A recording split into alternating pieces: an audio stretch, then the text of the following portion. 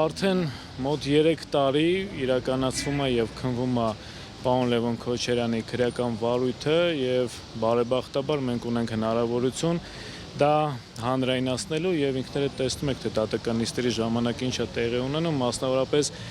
այն վկաները, որոնք որ վարույթի շրջանակներում հարցաքննվել են, ինչպիսի տվյալներ են հայտնել եւ այլն եւ այլն։ Բայց այստեղ ամբողջ խնդիրը կայանում է հետեւյալում, թե որքանով է հայտնած վկաների տեղեկությունները օբյեկտիվ իրականությունում գոյություն ունեն առասարակ թե ոչ։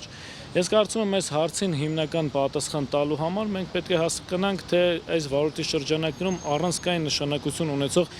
փաստական տվյալը դա որն է։ Դա բոլորիս հայտնի այն տեսագրություններն են, որտեղ որ հստակ երևում է, թե այդ օրը ինչ է տեղի ունեցել, ոստիկանության աշխատակիցների գործողությունները եւ բնականաբար նաեւ Լևոն Քոչարյանի եւ մյուսների գործողությունները։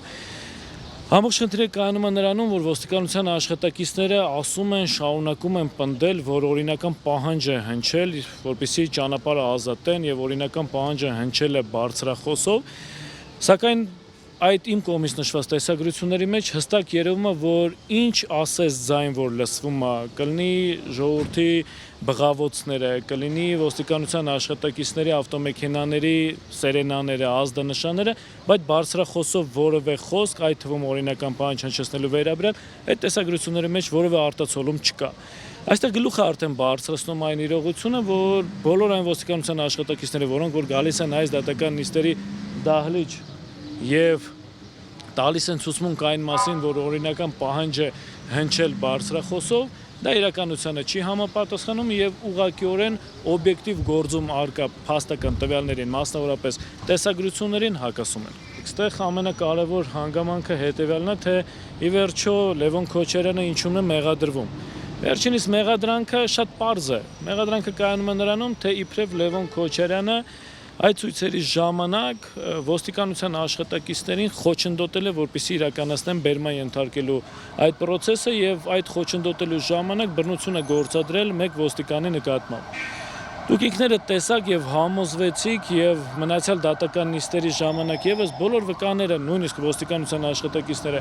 գալիս են եւ հայտնում են այն տեղեկատվությունը, որ չեն տեսել, որ Լևոն Քոչարյանը որևէ ոստիկանության աշխատակցի խոչընդոտեր, որ ինչ որ անձին բերման ենթարկելու process-ին։ Ավելի պարզ լեզվով ասած, X ոստիկանության աշխատակիցը փորձում է Y քաղաքացուն բերման ենթարկել եւ Լևոն Քոչարյանը գալիս է նրա թևից օրինակի համար քաշումը կամ որևէ այլ եղանակով խոչընդոտում է, որպեսզի այդ Y քաղաքացուն ոստիկանության աշխատակիցը բերման չկարողանա ենթարկի։ Ոչ նման փաստական տվյալ առասարակ գոյություն ունի վարույթ իրականացնող մարմնի կողմից դեռևս նախաքննության փուլում ձեռք բերված փաստական տվյալներով,